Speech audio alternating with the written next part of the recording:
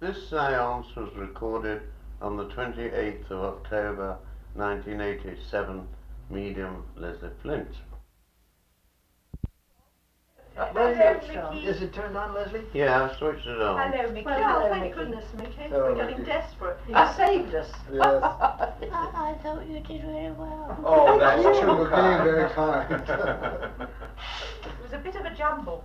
Oh, Well, we're Bit of a trying jumble. anyway, huh? Very trying. A bit big stuff. it's the spirit behind it that matters. That's right. Not the terrible sounds you make.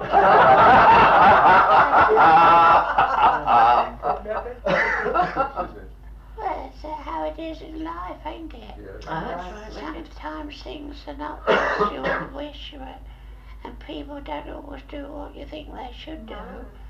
We But, like to hear you sing, though, It Mickey. depends on, well, the spirit behind a person's actions, I suppose. I don't know, I get very problem. Oh, what's wrong to do with it? Hmm? What's up with you? He's not here anymore. He's Making you sound dreary. He's on top of the world, Leslie is. Is he?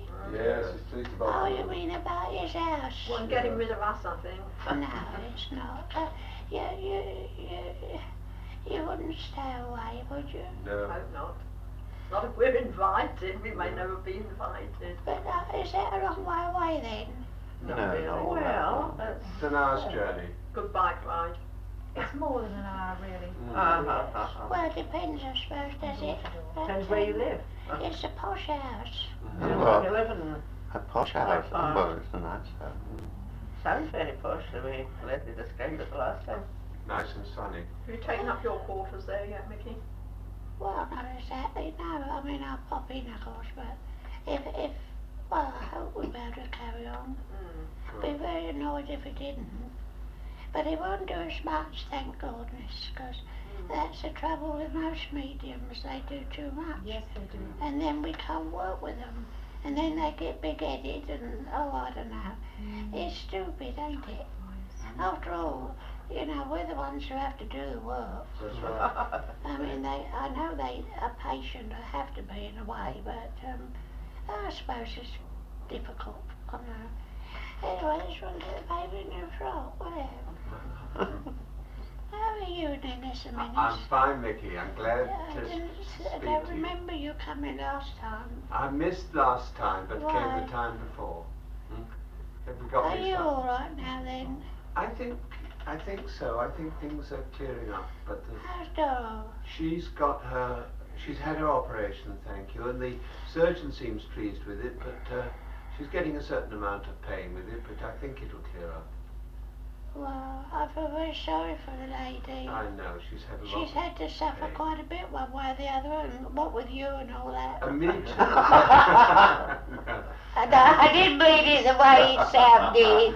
No, we can Because make you're a joke good of it. man, really.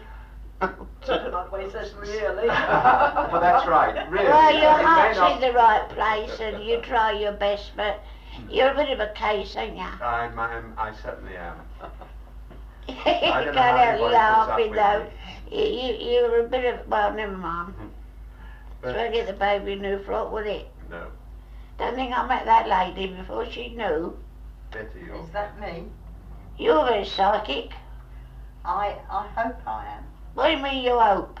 You're a damn more psychic than some of them people on the platform, mate. You Right. get a lot of things. You don't know whether you realise fully, but it's much more than you think. It's not just intuition either. You get a lot of inner awareness about things, and you should give out what you get, not keep it to yourself. Oh, well, I'll consider that then. What do you mean, consider it? Well, I think I must think about that. I didn't really understand how I should share these things. You've had an upheaval, Yes, I have actually. but you're getting straightened out gradually, aren't you? I hope so. What do you mean you hope so? Well, You're- I'm trying very hard. Well, they tell me to tell you that the worst is over and the best is yet to come. And although you may be a bit browned off, as you call it, things are working out perhaps better than you thought. And gradually you'll get yourself sorted out in a way that you'll be able to look back and say, well, now at last I can really sort of relax. That would be a lovely thought. Yeah, but somebody didn't behave too well with you. No, no, that's true. I don't know whether I should say these things, but you see, I think you're much more patient than perhaps even you realise, and you make allowances, and probably you don't expect too much from anybody, so you're not disappointed. But the point is, you didn't have it easy, did you? Not at all, no.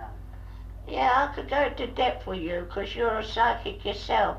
You may not even fully realise it, and you may think, well, he's just talking out the back of his head, but I can tell you there's no nonsense about it. You're a darn sight more psychic than some of those people who profess to be. That's a lovely thought, thank you. Have you been in the circle? No, never before. Oh, well, that's strange, because it's strange. I feel with you that you have opened up, and yet perhaps you don't fully understand it. I probably don't understand fully at all. It's something I've got to learn. Somebody here connected with you died very sudden. Mm.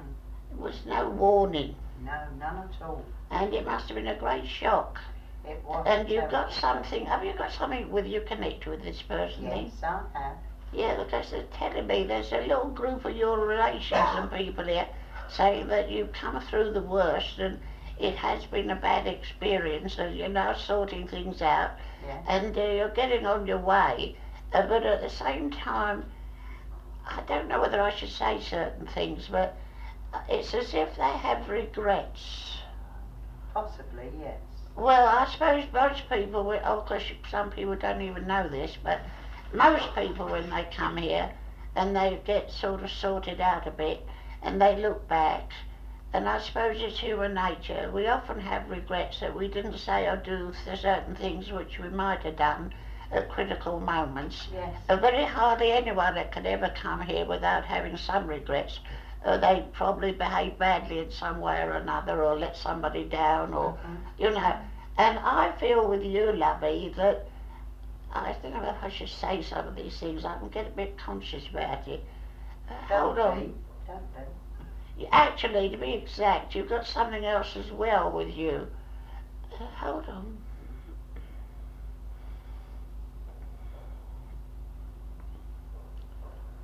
There's no warning at all. It all seemed to happen very quick and... Oh dear, hold on.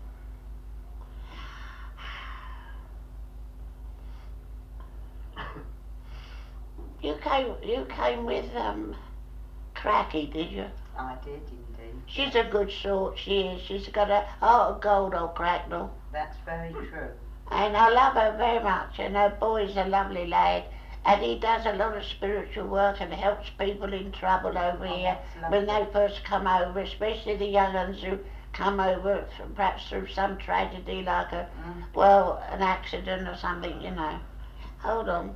Oh dear, dear. Oh, he's brought a young fellow with him as well. Who's with him, Mickey? Do what? Who did you say was with him? There's a youngish man with him who died very sudden too. Oh. Does he say his name? Hold on, don't hurry, don't leave it to me.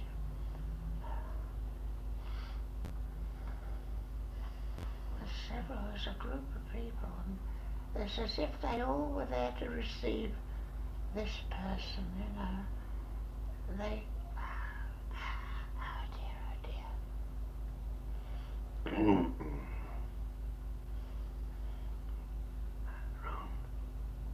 Ron. Which mum? Ron. Hello, Ron. Hello, Ron.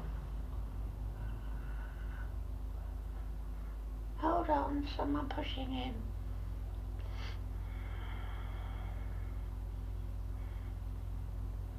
There's a group of them now. There's a little band of young people who banded together to do rescue work. And David? Can you hear me? Yes, Oh, thank yes, you. we can. Hello. Hello. Yes, is that David or Bob? Yes. Who is Which it Mum. speaking? Is that Rob? Who is it? Yes, hello, darling. Is it David or Bob? You're all You're there. both there.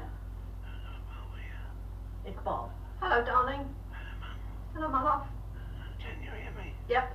I'm not quite sure whether you can hear me. Yes, keep going. It's very difficult, you know. Sometimes more than others. We're all here together. That's lovely. Can you hear me? Yes, I can, darling. Who have you got with you? Your friend. Your friend. Your friend. You're my friend. I've got a friend. Have you got a friend there? No, I'm talking about your friend. He's talking about Eileen. Who? Is it Eileen? Yes, that Eileen. I think he wants to speak to you. I haven't seen you. Boy. Your boy. You have my boy there. Yeah. I'm pleased. I want you to know, I know it's easy for me to say this, but we helped him. He's a lovely fella. He's fine. Beautiful. You don't need to worry about him. He's happy. He worries a bit about you, of course. Knows how you miss him and all that. But he comes to see you regularly. Can you hear me? I can hear you, yes. Mum, Yes, darling. I'm ever so glad you brought her. Thank you. Because we brought her a boy. Can you hear me? Yes. Is he able to say anything, Rob? I see. Wait a minute. Wait a moment.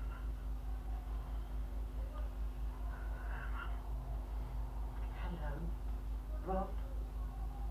Robin, Are you here? Can't you hear me? I hear you, darling.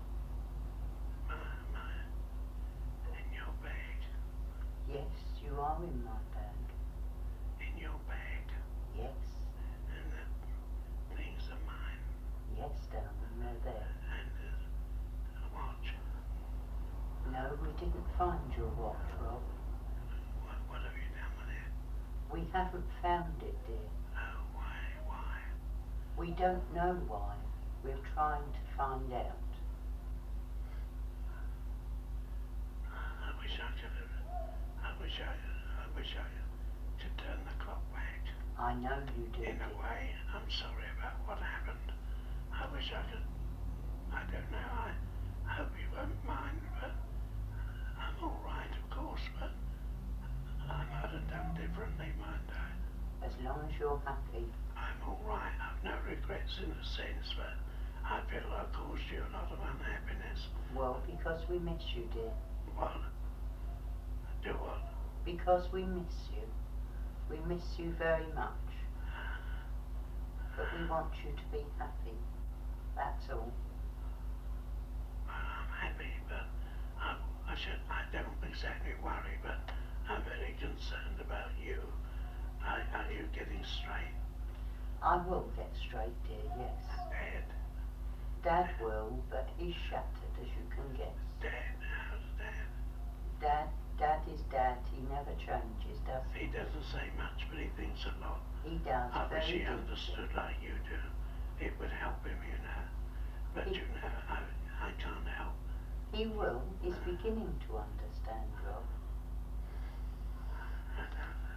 I'm very grateful to you.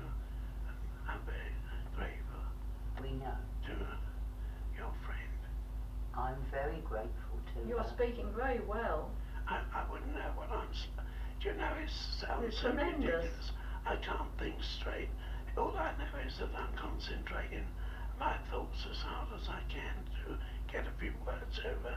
But I suppose it's like everything else. You have to get in the habit of doing it, and then of course it changes. I mean, it's better, but I just want Mum to be happy, not worry about me. I'm fine. I know what happened shouldn't have happened, but there you are. It shouldn't have done, dear, but you be happy.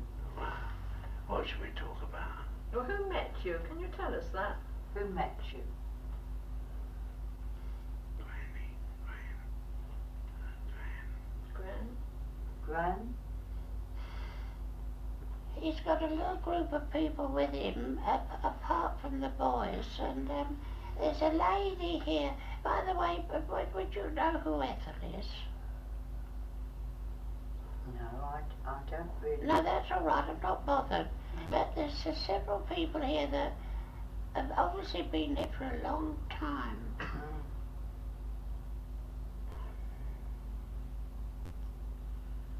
Oh, I don't know, I'm sure. He spoke very well, Mickey. for Yeah, the but I first want to time. get more, hold on, I want to get more detail. Hold on. I want to know more about it. David and Bob. Hold on.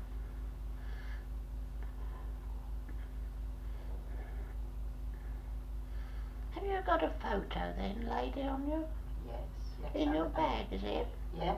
Because she's talking about a photograph, but there's something else as well. Something I think he must have used. Probably his comb. Do what? His comb. Yeah, but hold on, I don't feel... No, just tell me more. Tell me more. Something definite. How are you? Nothing.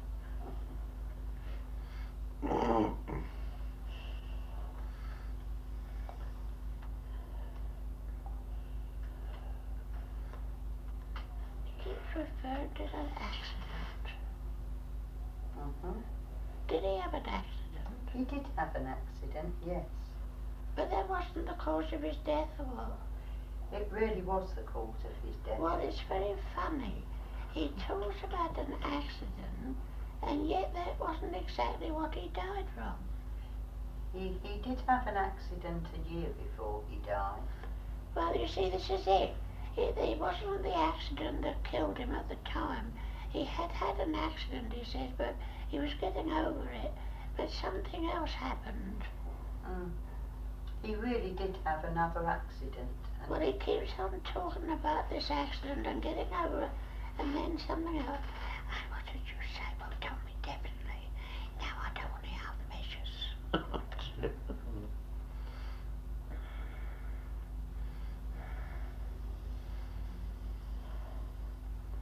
Yeah, I don't know. He seems to think what happened could have been avoided. That's As if he was partly caught up with something and there was no alternative. That's very true. And he says, although in a way he was partly responsible, in a way he wasn't. No, he wasn't really. Something, I don't know. Why don't you tell me the full facts, you silly sausage?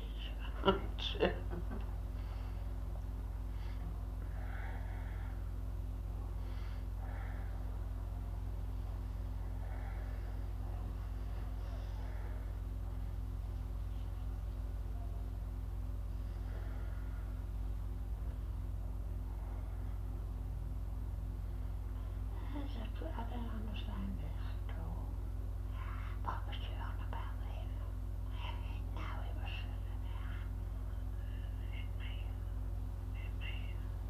Hit me. Did you say hit me? That's right. Hit me. Hit me, yes. Sounds as if somebody said hit me. Yes. Indeed. Something did hit you, didn't it, Rob? He says something hit him. Yes. And he says,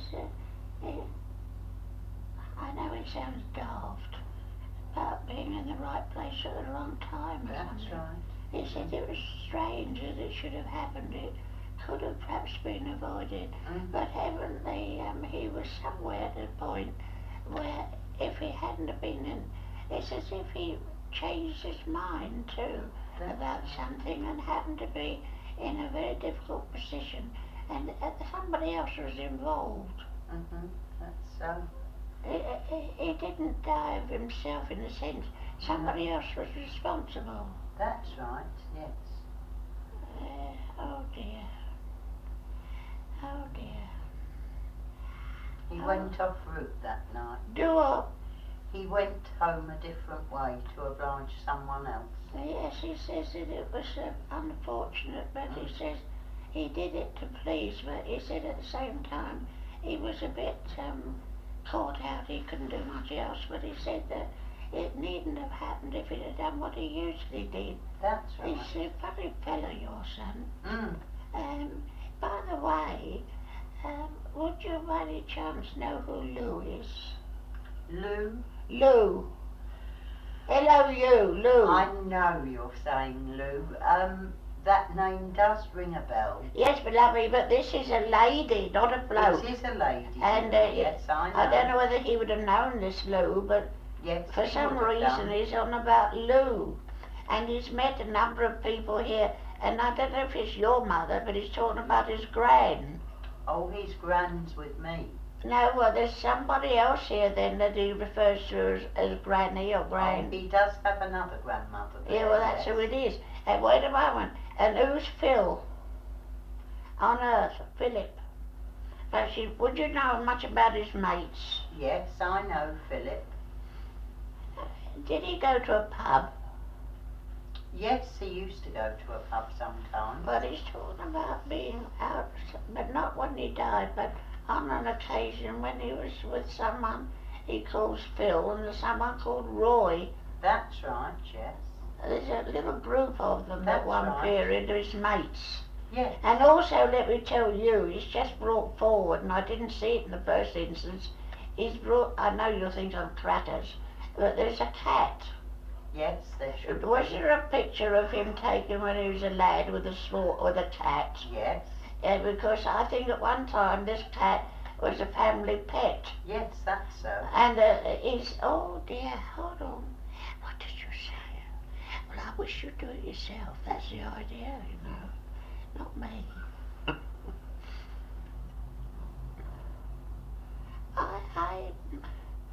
Oh, Bob, Auntie, Yes. he helps you, this young man, Oh, bless his heart. and David. Good.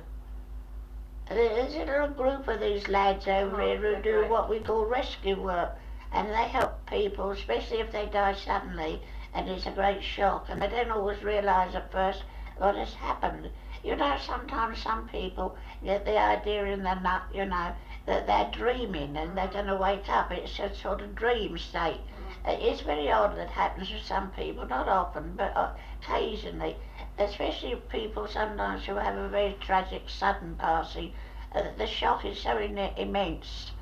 But they soon, you know, they're helped and all that, but it takes a little time for some people to come round to it. I think that boy's doing awfully well. I got an idea, I have to say this, whether the lady understands or not, and in a way it's her sitting, I suppose. I don't mean that no one else is going to get anything, but it's as if they're going all out because of her.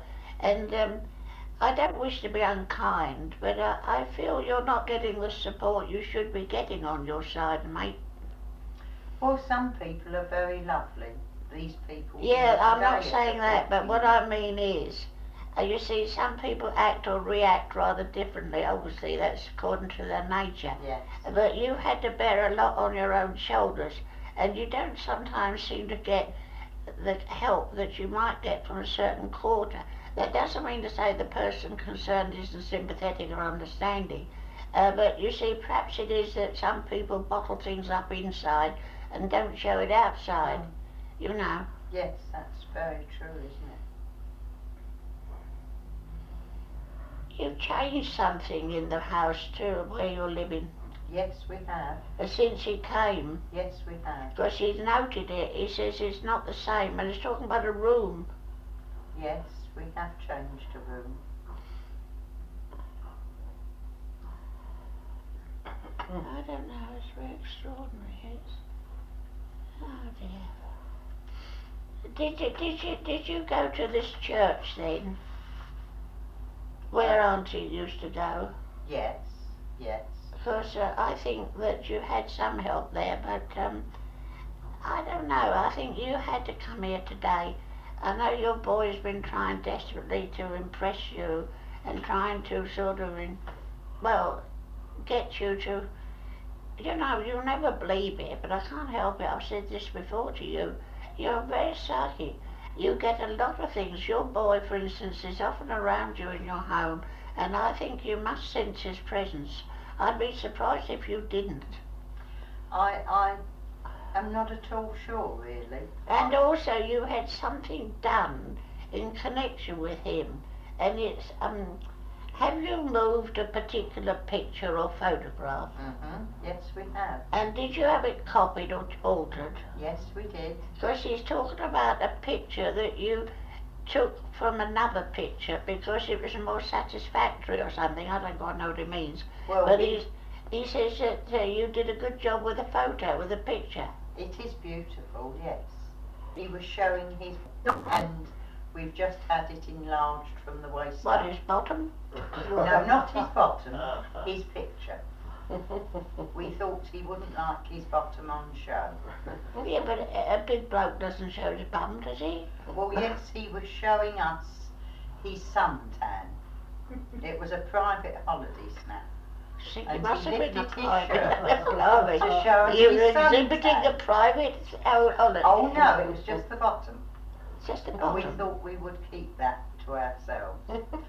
Well, I don't know, you're laughing like Billy-O about this photo you might seen to or copy, Oh, he as would. if it's some huge joke. It is a huge And he said joke. the same to you. Yes, he would. That would be his very words. He says, I can't repeat what he said. I'm quite sure you can't. Oh, I daren't. Oh, go on, Mickey. He Oh, says it's our suppers. That's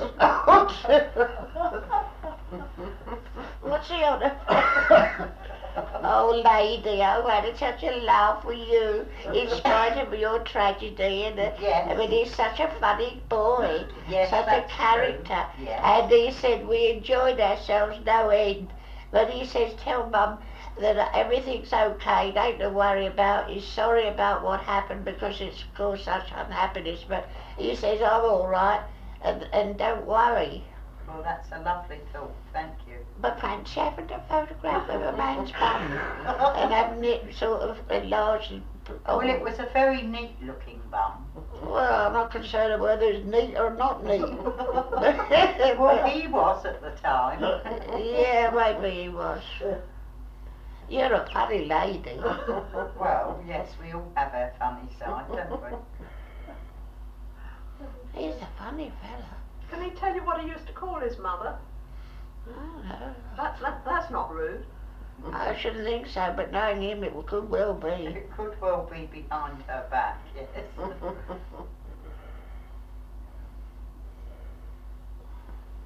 I don't know, sure. Little dolly daydream, bright of I know. Now you know, now you know. Little dolly daydream. Do you know how that goes?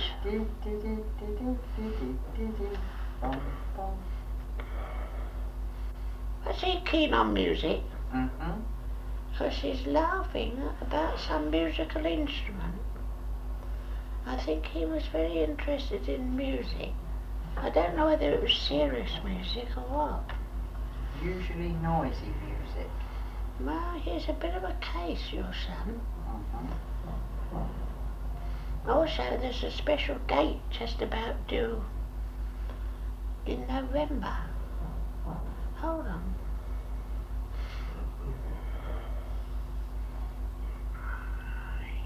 Hello? Honey. Honey. Hello? Who's speaking? Who is it?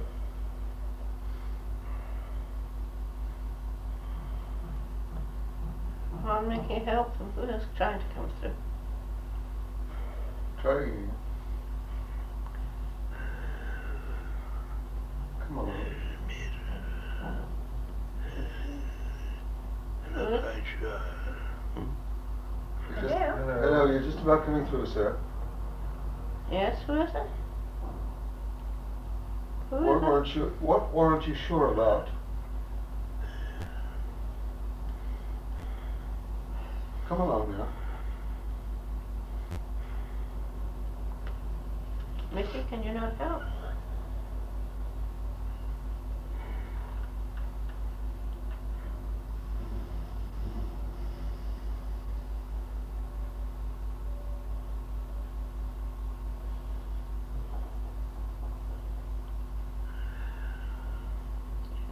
Hello?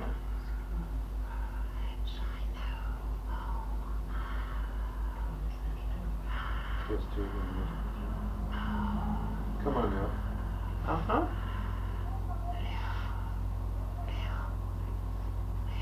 Lil, Come on now. come along. Hello, Lil. Hello. I think this is, as I said, I need you know. No, we don't know. We can't quite hear you, sir. I'm not sure. Who? It's a matter of opinion. What is? I think it's your friend. Yes, I think so. Dennis. Mm. There's a different level. Different levels. Yes. It's a matter of vibration, I suppose you could call it that, for want of a better word. You're You very know, we clear. have to work on various levels. The problem, of course, is getting onto a level which means that we can at least temporarily manifest. But there are souls here who are in an entirely different condition of life, endeavoring to lower themselves, as it were, to make contact with your world of reality. You see, all our communication is a mental process, and some are able to enter into the old way of life temporarily, that is, and past memories and associations come flooding back, temporarily at least. Of course, there are many things that they do not forget, obviously, but a lot of things which I suppose would be acceptable or understandable, they're happy to release themselves from. But you know, there are some souls here who are on an entirely different level of consciousness altogether, whom we very much like. Of course, the problem always has been, always will be, I suppose, and quite rightly in a way, and understandably, the vast majority of people are obviously concerned about their own affairs, particularly in regard to people they've known and loved, and still love, of course, in the hope that they may get some help or some comfort, some upliftment, some personal message, some evidence or conviction might come to them of the reality of our world. But of course, you know, there are many souls here who are not necessarily connected or related, who have indeed progressed far beyond the confines of material things, who often feel perhaps, not rejected of course, but they feel perhaps it's a pity they're not given an opportunity to manifest, and they do not like to intrude, of course, upon the personal. And of course they realize only too well how important it is, like to that dear lady there, whose young boy is so anxious for her to be comforted and helped, and the very last thing we'd ever attempt to do would stand in the way of something of that nature, which means so much help and comfort to be given. But I think this in a way is possibly one of the problems of all that more or less transpires in what is referred to as the spiritualist movement. I do think it is rather sad that more opportunity is not given to the souls who really have something of a value to give far beyond the confines of material things. I'm not making any condemnation, I'm merely stating that it is rather a pity that more opportunity isn't given to souls who really have a message of enlightenment, a message appertaining to the world of the spirit, far removed from the material confines of many people who, though they themselves are sincere enough, are quite content to stay on one level.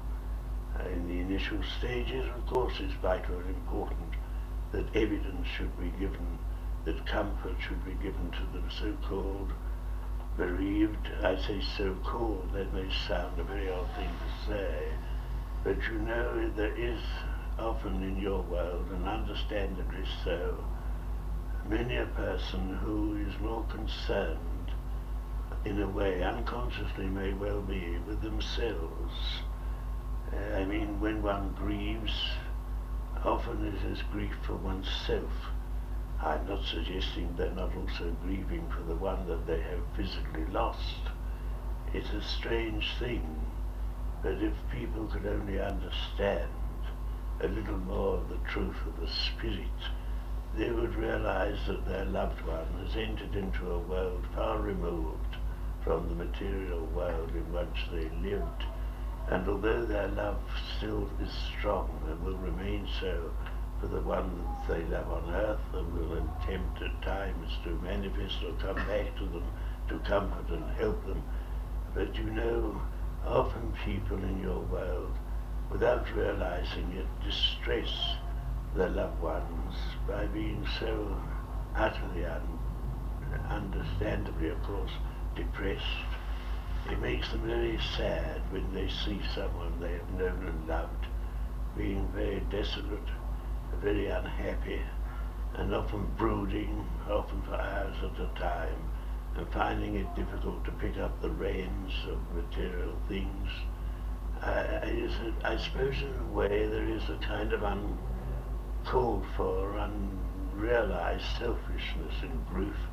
It doesn't mean to say that I and others here are not fully aware, or that we don't understand, or that we don't sympathize, that we do. But it makes your loved ones so depressed and unhappy when they see you, as you oftentimes are, very upset, very concerned, and you're finding it difficult perhaps to pick up the reins of life and go on. And one of course has to go on in your world, whatever may have happened in your life to someone in particular that you were so attached to. But if only you could rejoice, I know I'm asking too much, but if only you could rejoice in their release from physical pain and all the material things that cause so much anguish, so much unhappiness. Of course, when a person is at ripe old age and you anticipate their leaving your world, obviously though you may well miss them, in a way you say, oh, that's a happy release, and you don't grieve to the same extent as when it is a young, active, vital soul. And therefore, of course, you sometimes get very unhappy about it, as if, well, why should such and such a young person be taken on the very threshold of life with everything before them? And of course this is something which we do understand, and we understand to the extent that we do sympathize with you. But you must never feel that because the person didn't reach a fuller life with a longer existence on your side, with more experience, that they may have missed something which could have been, from your point of view, more satisfactory. You're not to know. Sometimes it's a good thing. I know this may sound a strange thing to say, particularly according to the condition of that person's passing, that may cause you some regrets. But how do you know? Perhaps it may well be that that young soul has gathered more without your being aware of it within himself than many a person who lives to a ripe old age. You cannot judge a person's realization of inner self while still living in a material world. You cannot understand how it could well be. There is a reason and a purpose sometimes, even in the, I was going to say, the manner of a person's death. That's not quite what I mean. I mean the tragedies that happen in your world constantly, every second of every day, all over your world. People are leaving it without any warning, very suddenly, very unexpectedly, and there is a kind of shock, temporary, but it passes, as indeed all things pass. But then again, time by its very self is something of an illusion. You assume time to be something of great importance. I suppose in a material sense it is. You live to some extent by the time of your world. Indeed, I suppose some people say time is essential to us. when on earth, but it isn't what it seems. You could be active in some way or another, and the time has disappeared very quickly. Another time you'll be sitting around being bored stiff and depressed about something or the other, and the time will hang on your hands. And you know, time is the biggest illusion. You can't even judge, or shouldn't even attempt to judge, a person who leaves your world by the time that they may have spent in your world. You know, I don't wish to confuse you, but I suppose in a strange kind of way, perhaps I am. It's not intended as such. This year, the young man that's here, his time on earth was, I suppose, really in a sense short, and yet it was not as it seems. That young man is vital, very much alive, very much has taken upon himself many aspects of his new life, and he has achieved something which in some cases perhaps would have taken a person in your world a much longer period of time to assimilate when they come here. Time is the biggest illusion. We are not subject to time as you are. When we come down to you, we know that you're going to meet together, and we know that you are meeting at a certain point in time, but we're not aware in a sense of your time, but we are aware from your thought forces. You see, if someone on this side is deeply attached to a person on your side, there is this mental ability to tune in when you say to yourself, well, we're going to have a séance at a certain time, and if it's possible for my darling to come, I hope he will. That darling of yours has been around you probably for quite a while as you turn time, and is aware of what you are planning or anticipating or hoping to do, and he will be with you, or she will be with you. They will come with you when you go to the appointed appointment, and they will, if possible, try to manifest. They don't necessarily always manifest to their own satisfaction any more than they may well be to yours. After all, we are very aware and conscious of what you're thinking, and that's why quite often I think some people, not all, who are anxious to prove identity will make reference to certain things which at the time do not seem to have any application whatsoever to the person or yourself or the situations which you accord to past memories.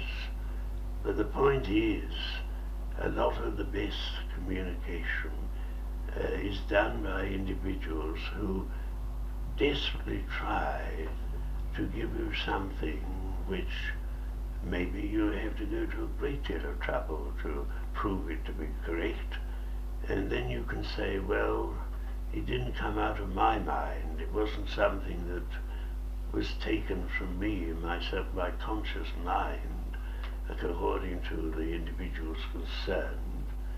You know, I suppose that's another thing, assessing what is evidence of survival after so-called death.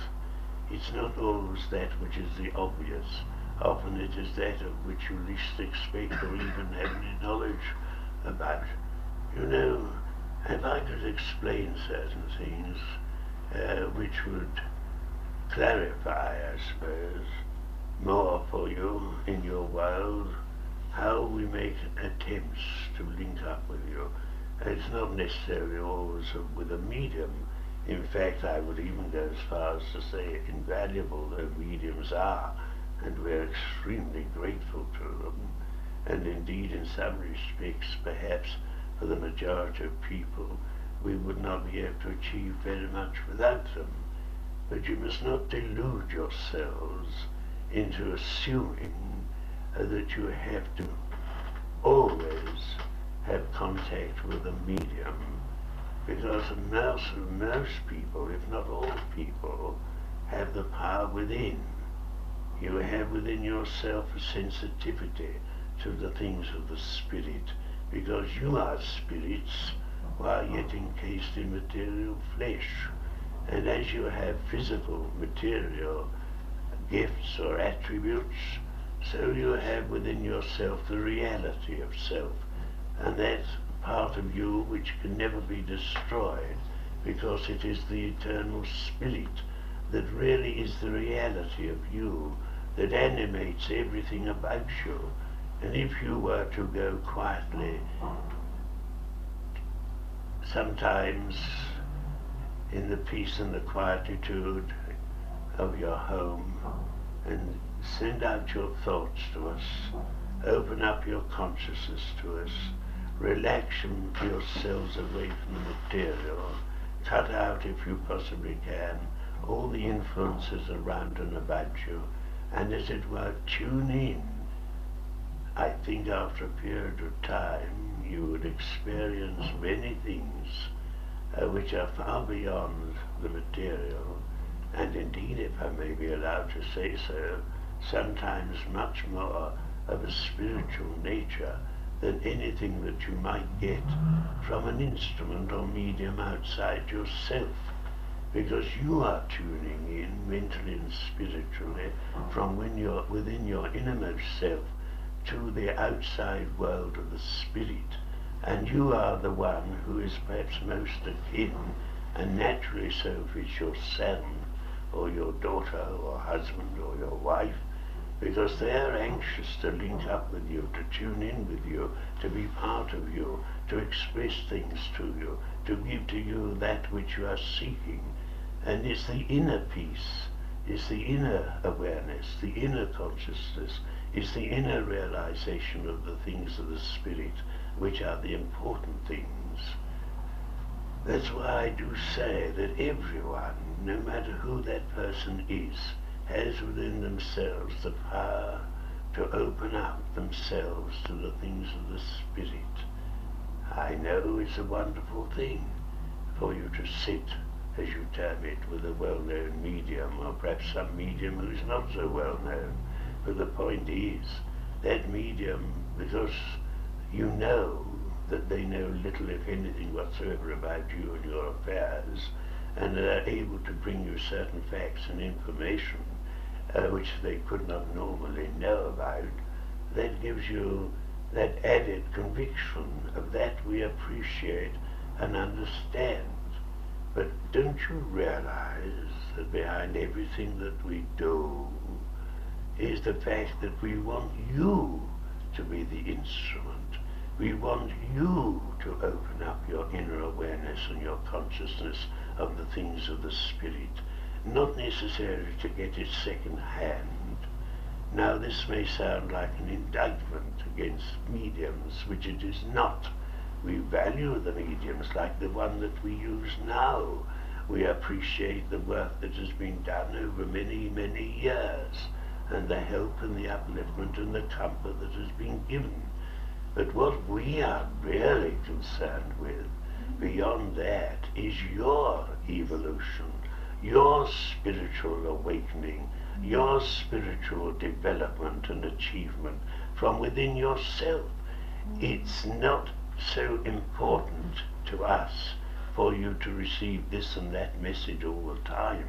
What is important is that you are on the path to enlightenment from within yourself, tuning in harmony and in love with the souls from this side who come to you, particularly indeed in regard to individuals who are thinking, not only thinking but praying from within themselves, as you are, my dear, in regard to your son.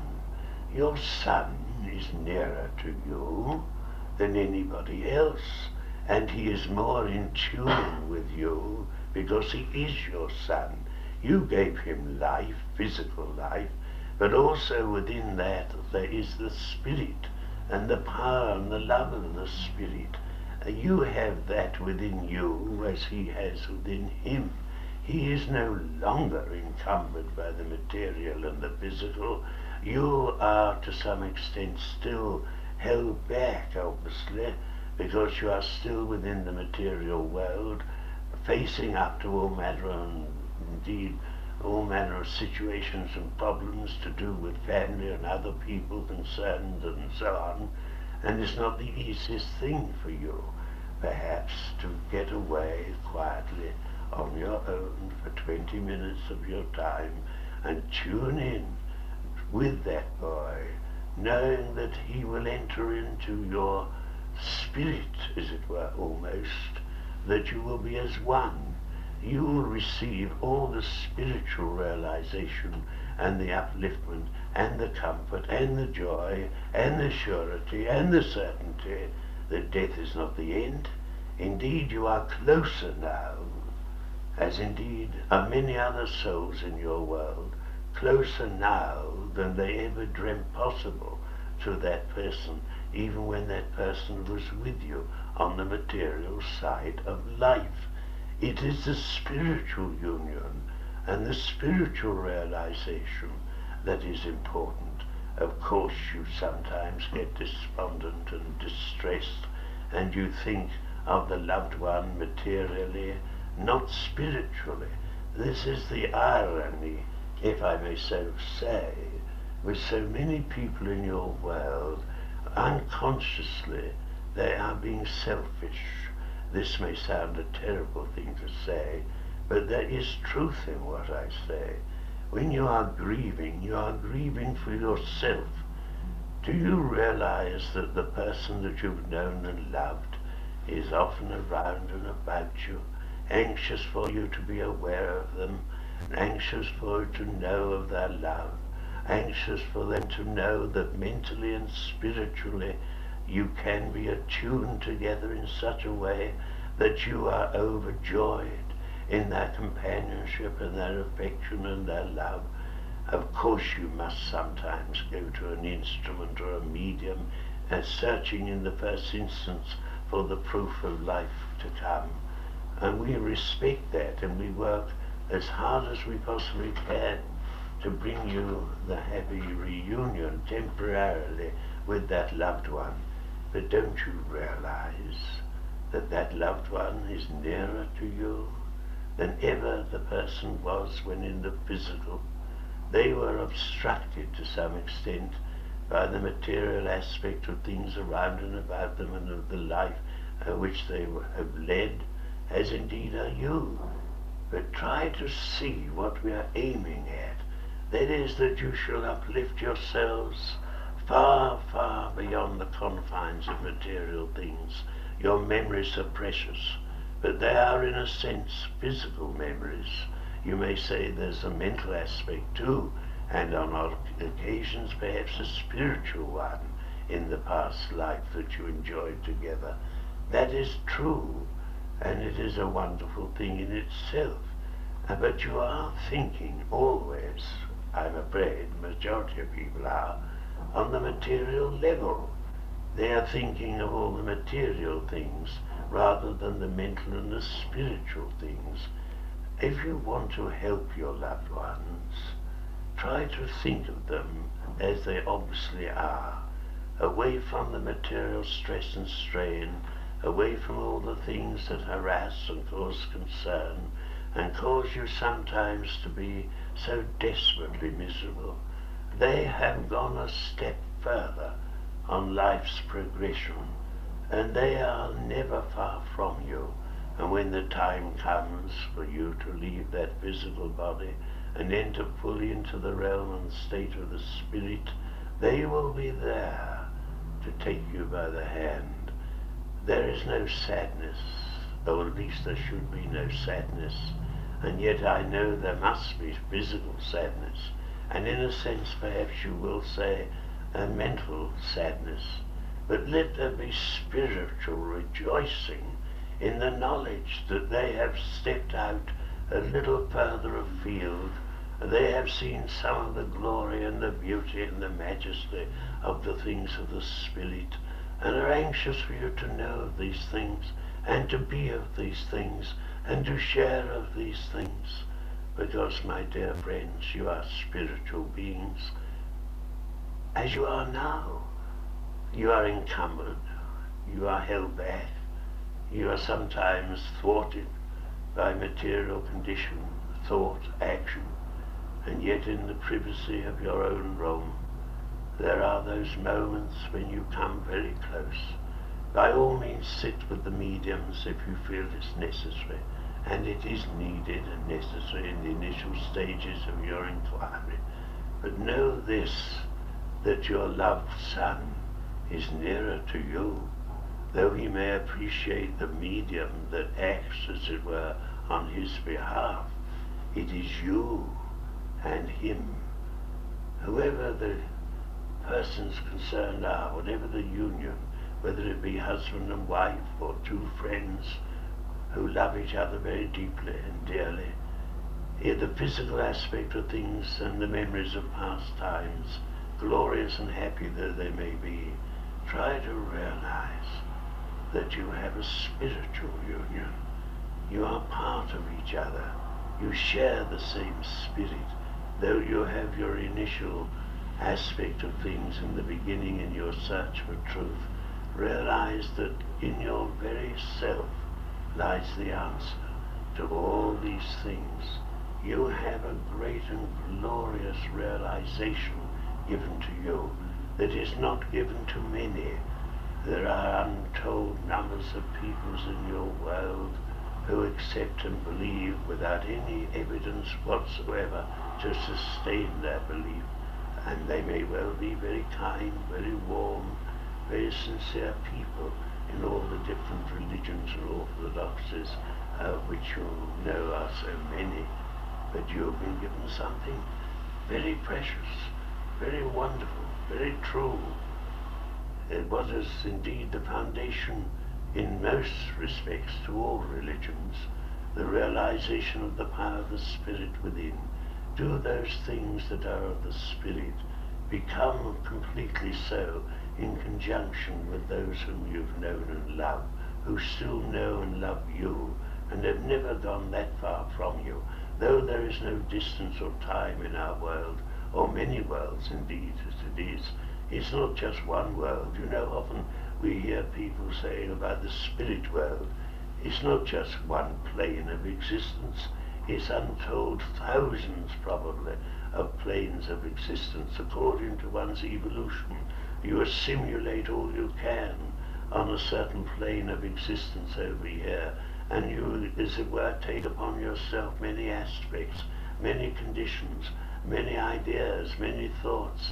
You grow and you extend your vision, and then as you do that, you enter into a newer existence or a newer life or a newer extension of thought far beyond anything you could have ever hoped for or known. There is no death, only life, and that life is a spirit which you have within you. Open up that spirit.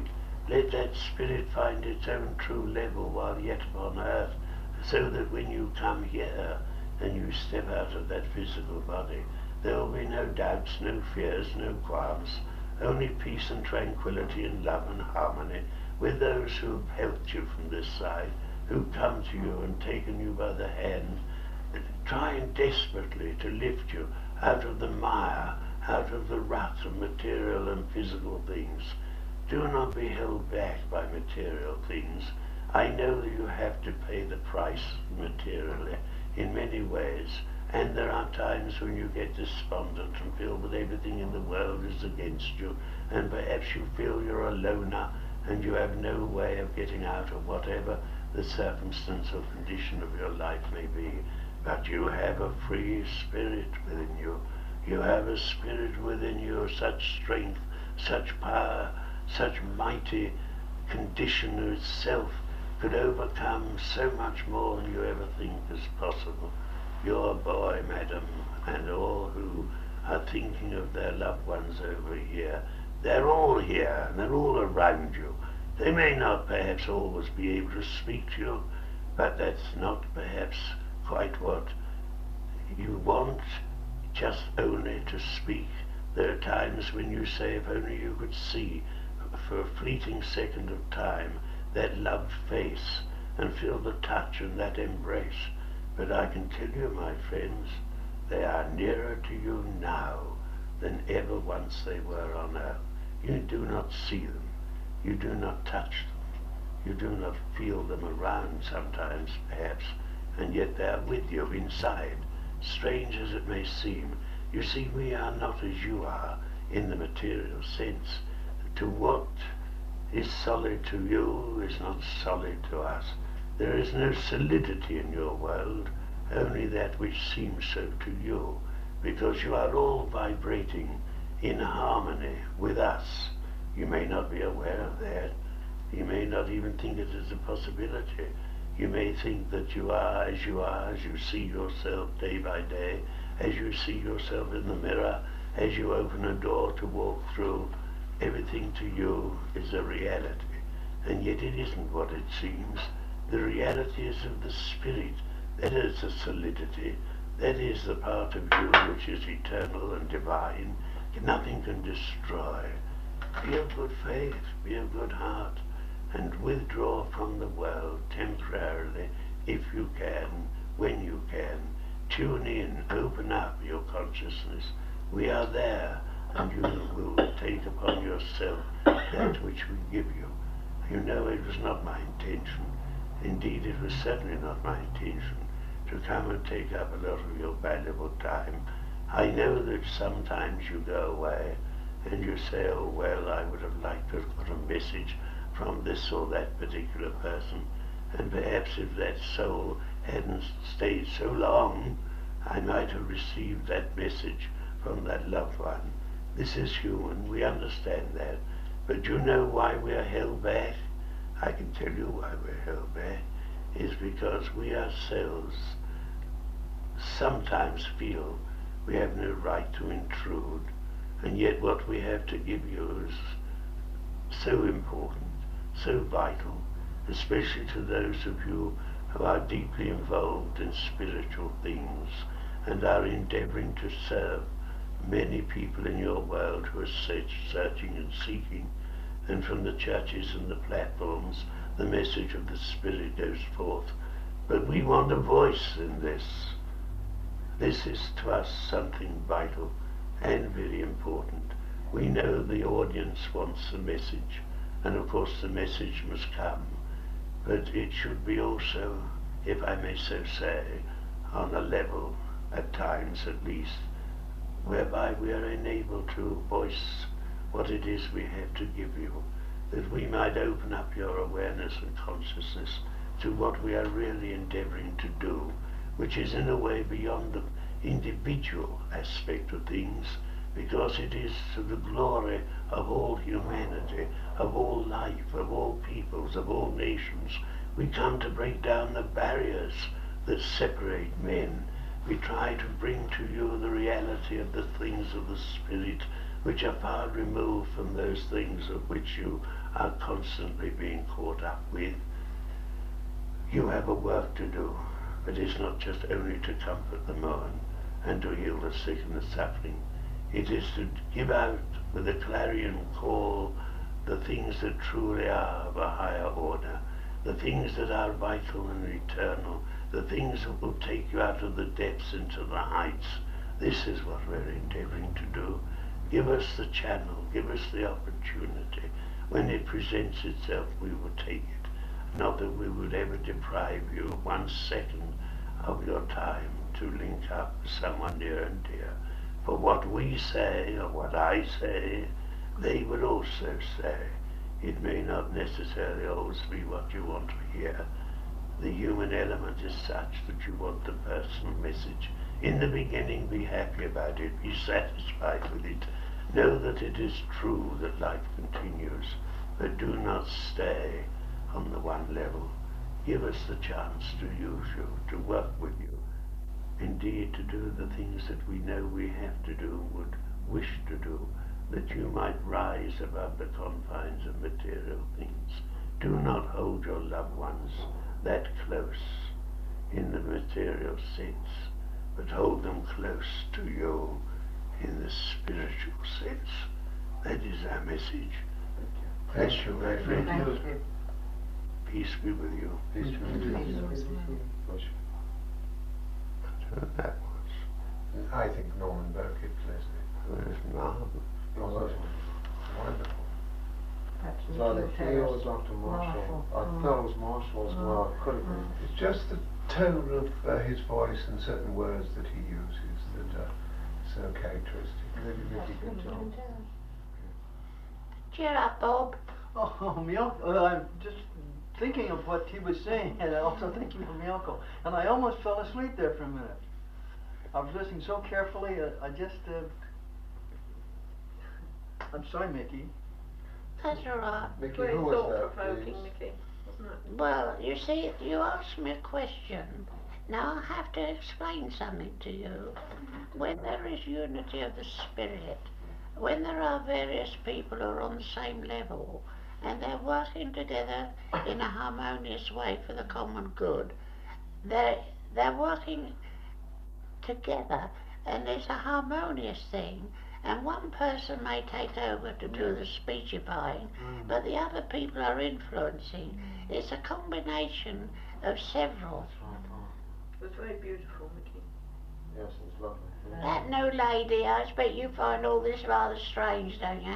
Not at all, no. Very, very interesting. Your boy is a lovely lad and he's very close to you. You never want to think of him as miles away, and he's very, very tuned into you. Yes, I feel he is. Thank you for that. Poor old Bob, you're my Yoko, and yet she's nearer to you than ever you'll realise. I know you like to hear her talk, and that's human and natural, but if only you could realise that she's, well, you see, you think in a physical way, I suppose you can't help it, and you miss her physically all the time, more than ever, because you're a helpless git anyway. You don't know how to cook or do anything much, do you? And she did the lot for you. I mean, she waited on your foot and hand. I mean, I don't wish to be unkind. Of course you loved her, but you depended so much on her, didn't you? I did, Mickey, and it seems like such a long time before I'm going to be over there. This kind of depresses me. Yeah, you got a long time cooking the baked beans. Not that you do cook baked beans, but you are funny though. You're not as helpless as you sometimes make out, but you Almost. see, you are a funny person though. I love you, but I love if you only too, you Mickey. realise how very close she is to you. But she can't do the material things she used to do, and you cope the best way you can, but I think you get desperate because you're lonely. Yeah, that is true, Mickey. That's very true. Like a lot of people, of course, I realize other people are lonely too. Loneliness is one of the worst things, I think, for anyone to have to go through life, you know. I mean, if you've got someone, even if sometimes they give you the pip, at least you could have a discussion or an argument, can't you? That's and right. liven up the situation. That's right. That is true. You're a case, you are, though, Bob. I love you too, though, Mickey. I bet my uncle also loves you for helping me so much. I think she must have been an infinitely patient woman. Well, she was. Yes, she was. She was, Mickey. I admit that. Not that you're a bad person, I don't mean that. I don't mean anything like that. I think you're a very loving person, and but you see, people get into habits, don't they? They get so used to depending on somebody, and when the prop's taken away, they fall arse over it, don't they? That's true, Mickey. Mickey, I never took my uncle for granted, but I took the length of time we had No, together. you never for took her for granted, but my God, you missed her when she came over here, mate. That's true. He kind of laughing. You know, if anyone could see it, there's a funny side to many things. You're not as bad as I make out. You're a nice bloke and all that. But you're my Oko. She's got a lovely sense of humour too. And she's got you well taped, you know. Yes, she did have a very wonderful sense of humor, Mickey, and I can imagine. Well, she must have done for marriage, you. Mickey, we had the serious side of this seance, now we're getting to the comedy side, aren't we? Well, I want to liven everything up a bit. Because, you know, I love everybody. And I don't know quite when we'll get together again. And I like to have a natter, you know. And because sort of old Liz has a break like and a sort of rest like and all that, and he gets straightened out, well, I hope we'll be able to do some more work. But you never know, do you? I mean, you never know. Well, I mean, Can't take anything for granted, can I don't know. How are you getting on, Margaret? Oh, I don't know. You still got your Maybe worry? you know better than I do. Well, I don't really. You see, that's another thing. I don't know why it is that people assume, and I'm not getting at anybody, they always think we should know more about certain things appertaining to people and their business or God knows what else. And we do know sometimes, yeah. But we don't know everything. No, that's no reason why you should be bored with all the things that happen to us. Do I? There's no reason why your side of the world should be bored by all the problems we have. You had them when you were here, so you might. Yeah, well, that's why we're glad to get away from them. I'm sure you are. In a way. Of course we try and help our loved ones and our friends, don't we? And if we can influence somebody on their behalf, or we can change the course of events that make it better for all concerned, we'll do it. But we can't make people do what they don't want to do. That's right. Everyone's got free will. But you're getting sorted out, aren't you? Well, I don't know, Mickey. I mean, you don't know. Well, I'm not sure, dear. You see, you're in a funny business, you are, with a rag trade, aren't you? But I think it's personalities that are the problem. Oh, well, what can you do with that then? You can't make people alter, or very rarely can you make people alter, unless they have a change of outlook or heart or what have you. A bad one's a bad one. And eventually, possibly, they will open up. Good people have bad bits, that's the difficulty. Good people what? Have bad bits, it's not good and bad. You mean have money? No, about everything. You know, there's people who are good in parts and bad in parts, and that makes it all very confusing, isn't it? Look, no one's perfect, and there'll always be some people who get on your wick, and some people who do things that you get very upset and uptight and annoyed about, and there are some people who are very well-meaning and kind, but their bank balance is low, and they can't pay their debts. I mean, it's not always their fault, is it? No, not your fault. And sometimes you have to wait around a bit. You'll come out on top. Well, So you won't have any rag trade over here anyway. Oh, that's right. I'll certainly not make any money on my business when I come on your side. I'll Well, have you to won't change have over from You won't have a business when you come here, mate. I'll have to think Your of some- business will I'll be... have to think of some other kind of You are funny, aren't you? But you're not hard up and you don't do too badly. It could be a lot better. But you are rather dependent on another person or persons, and they don't always turn up trumps. That's right, dear. But you'll come out on top. Hope so. I don't know. One thing or the It'd be other. interesting to know what we shall be doing on your side, Mickey. Well, that would depend on the individual to some extent, Yes. as to what they're best suited and what they've made possible. You create your own heaven and your own hell in your world. Why is your world as it is? It's what man has done. God's got nothing to do with it. He's given you free will and you made a mess of it. I mean, you look at people like Hitler. I mean, he caused untold misery for untold millions of people. It one man, because he had the power of, well, you know, he really was a so-and-so, wasn't he? He was a horror. Well, look at all the power that the people gave him. Well, there you are. People do. They give certain individuals power and they look up to them, put them on pedestals, and what happens? Well, they're disillusioned and disheartened eventually, and a lot of unhappiness, of course. Well, it's nice to hear about Actually, what it's like on you the should other always side. be rather careful about getting involved with ambitious people, especially in business or in politics or even in religion. No, give me the nice little person who's quiet and pleasant, does his best as best he can, doesn't expect too much and doesn't get too disillusioned. Anyway, so what? This won't get a we've baby. got something to look You'll all forward go away and say, oh, what were them and nattering like mad, we didn't get this, didn't get that, you know.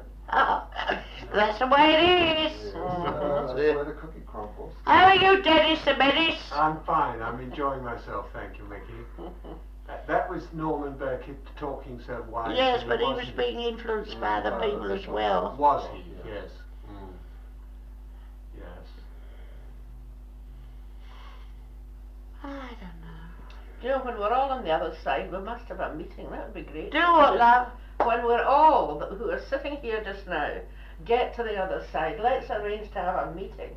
And we'll have a great discussion. Right, but how many times has that been said before? I know, but that'd be really lovely to sit and say, well, now here we are. What's it all about? Put it all to rights. Yes. That's right. Mickey, I have a question.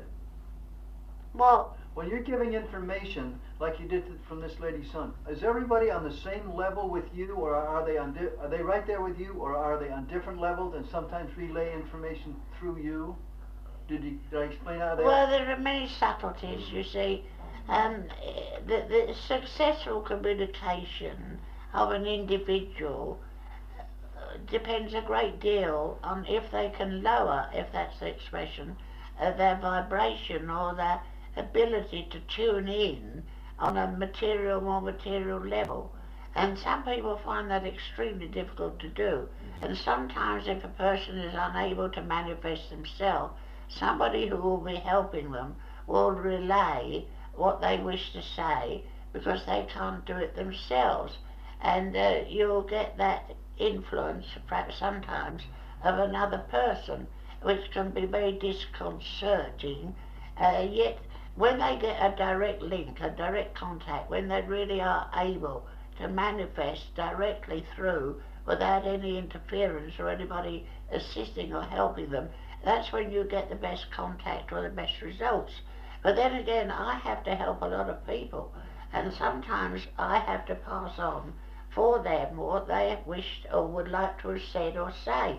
And I keep pestering them, that's not the word, but I keep trying to get from them to give me something that only the sitter, as you term it, wouldn't understand or know in regard to the person concerned, personal mementos or whatever you know. I mean, it's variable. You see, in a way, I know this sounds crackers, but I can't help it.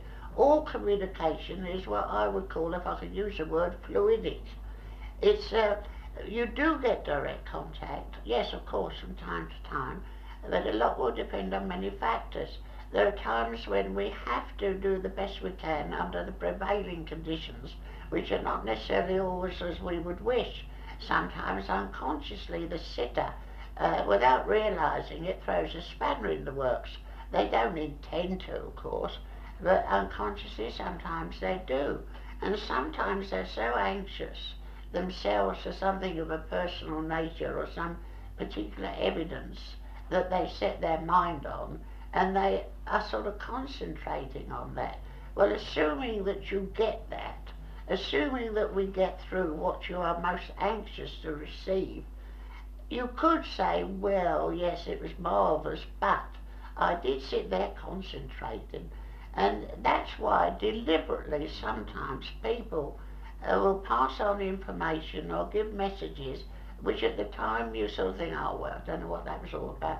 But it proves sometimes to be much better evidence because you didn't even know about it. That's right, that's the true evidence. You see, people don't always know how to value evidence. They want the obvious. The obvious is not necessarily always the best. I mean, I could tell you, you can't help laughing, but the Yoko told him the other day he was taking the girl out and gave her name. And not that she's jealous, because she's not jealous. She knows that he adores her, that Miyoko. But he's been taking some girl out to some restaurant, and his wife told him who she was. And I mean, that's marvellous evidence of a kind. And that's important to him. It shows his wife is around and about and takes an interest in him. But there are other things that can be given and are given. I mean, sometimes they're not so obvious. Learning how to assess evidence is in itself something quite unique. You see, people, I understand this, they go to a church, they go to a society, they go to a medium, and they've probably recently been bereaved, and they wonder if there's any truth in all the spooky business, you know, and they think, oh, well, I'll go and see what it's all about. Might be something in it. And they sit there, and they're really only concerned with themselves, which is very understandable, and they want to get a message from Fred, Charlie, Bert, Harry, you know, and no matter what else might come, they're not that interested unless it's from someone that they have known and loved, which is understandable, but it doesn't necessarily always come to order in the way in which you'd expect it. You know, people are people, and then you get some who are so disillusioned in the beginning they don't go any further. They don't dig very deep. This is the whole trouble with the spiritualist movement. A lot of people are quite content with the surface. They're not content with the deeper issues and what lies behind it. I mean, of course it's marvellous to get comfort and make mediums give you messages and you get this, that and the t'other. And no one's saying it isn't. But it's not the be-all and the end-all. It's only the beginning. It's the ABC, as it were.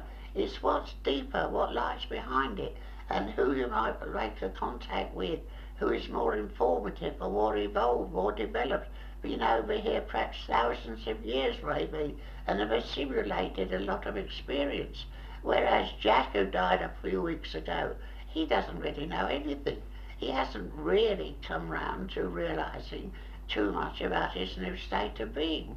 They can talk to you on a material level to some extent, and they can talk to you about what happened recently when you went on holiday or whatever it is, which is interesting and helps to prove the survival. But the point is that very few, unfortunately, people in the spiritualist movement go very far. They're all, as I said years ago, they're like hens in a yard, scratching the surface, but they don't go very deep. And this is the tragedy of the whole subject. By all means, get your comfort, get your message, get your evidence, but don't just stay on that level. Try to get more information, more realisation, more comfort, more upliftment, more knowledge, because there's so much we can give you, but you've got to come up to our level to some extent. Don't expect us to keep coming down to yours. Here endeth my lesson. Thank you, Vicky, that was wonderful. That's very How's it good. going? Common sense, good. Larry, Yes, Vicky, how are you? carry on the good work, Cop. I'll try. Vicky, I'm going to ask you, what you were talking about, what you were just talking about, what are you thinking about, what is the thought about all this so-called channeling that's going on in the States? Well, that's only another word for medium, isn't it? I understand, yes. I mean, that's all a lot of hooey. I don't mean to say the subject is hooey, No, I but understand. the wording is just another wording. Exactly. Because they try to make another expression of it, Yes. because of the spiritualistic association, and some of them are trying to get away from what you term spiritualism, Yes. and trying to get it onto a different mental level, which won't work anyway. The whole point is that this channeling is what? Just a medium being used in a trance state. Of course. And the sooner you all get into a good trance, the better it will be. I thought, never mind. That's some I of was them going to that say, trance all I'm the trance time. all the time, yes. No, jokes apart. All right. I mean, like that lady and her boy and all that, Yes, bless was her heart. marvellous. And she's got a cross to bear, and it's been not easy thing, of course, and she doesn't always get the weight to put behind her to help her, probably, but she has an inner awareness to an extent, and as I said to her in the beginning, she's much more psychic than she thinks she is. She probably doesn't even think herself being psychic, but she is. She's very aware, and there's a great sensitivity. I guarantee if she sat with a strange A good person circle, and took an article from that person, held it in her hand and relaxed, she'd be able to tell them a great deal that she got associated with that person. Some people, everyone's a psychic, everyone's a medium to a Of course, point. to a certain degree. The thing is, what kind of medium are you? And what level do you achieve? And of course you will to some extent be held back by the people who sit with you. Yes. They don't necessarily mean to do anything untoward, but sometimes they build barriers and they create certain circumstances, and they create, afterwards, the mediums that have to do the work, or at least they used to do the work, but it's the sitter that creates the atmosphere and the condition. Well, isn't it true that the medium can only give that which the sitter is attracting? Well, you see, I could go into depth on it, but I better not. In any case, the power's going. Thank you, Nicky. I've done my best anyway. Keep your chins up, double ones as well. How do you God like bless. my new neighbor? God bless. Thank you, Mickey.